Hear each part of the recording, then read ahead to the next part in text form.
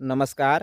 रामकृष्णारी वनस्पतीची ओळख या यूट्यूब चॅनलवर आपल्या सर्वांचं हार्दिक स्वागत. तर बघा मित्रांनो, आता आपला बरेच दिवस झाले व्हिडिओ आलेलाच नव्हता. 2 दिवस झाले व्हिडिओ टाकला नाही.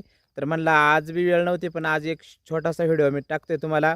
कारण उद्यापासून आपले व्हिडिओ रेग्युलर येतील. 2-3 दिवस कामानिमित्त व्हिडिओ आले नाही. तर मी आज तुम्हाला सांगत आहे पुत्रप्राप्तीवरती एक उपाय.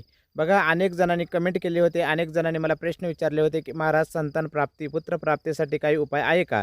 तर बघा, आपल्या ऋषीमुनींच्या किंवा पूर्वजांच्या अभ्यासातून अवगत झालेलं किंवा काही त्याच्यावर उपाय केलेले आपण आणि त्या काही लोकांना रिझल्ट आला, तर असा मी तुम्हाला एक आज उपाय सांगत आहे. तर बघा, अश्विनी नक्षत्र, बघा नक्षत्र बघायचं आहे.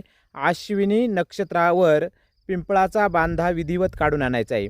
पिंपळाच्या बांध्याला अश्विनी नक्षत्र उद्या आहे, तर आज तुम्ही त्याला आमंत्रण द्यायचं. सकाळी लवकर ब्रह्ममुहूर्तावर जायचं आणि पिंपळाचा बांधा काढून आणायचा आहे.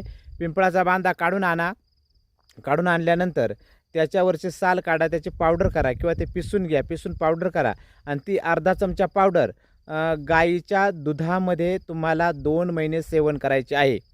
दोघाही पती पत्नींनी गाईच्या दुधामध्ये 2 महिने सेवन केल्यानंतर तुम्हाला 1000% गॅरंटी देऊन सांगतो, तुम्हाला संतान प्राप्ती निश्चित होईल. बघा, इतका जबरदस्त उपाय आहे, परंतु हा उपाय आपण केला पाहिजे. त्यासाठी तुम्हाला पिंपळाचा बांधा शोधावा लागेल. आता बांधा, काही लोकांना बांधा माहीत नाही. काही भागामध्ये त्याला बांडगुळ म्हणतात, बांधा म्हणतात, बांधा म्हणतात किंवा बांडगुळ म्हणतात. तर पुस्तकामध्ये त्याला बांधा म्हणतात. काही आमच्या भागामध्ये त्याला बांदोळा म्हणतात. बघा, काही भागात बांदोळा, काही भागामध्ये बांडगुळ आणि पुस्तकामध्ये त्याचं बांधा असं नाव आहे. तर अशी ही वनस्पतीच्या झाडावर असणारा बांधा, पिंपळाच्या झाडावरील बांधा अश्विनी नक्षत्रावर काढून आणा, विधिवत त्याची पूजा करा, त्याला पिसून त्याची पावडर करा आणि रोज सकाळ संध्याकाळ गाईच्या दुधासोबत सेवन करा.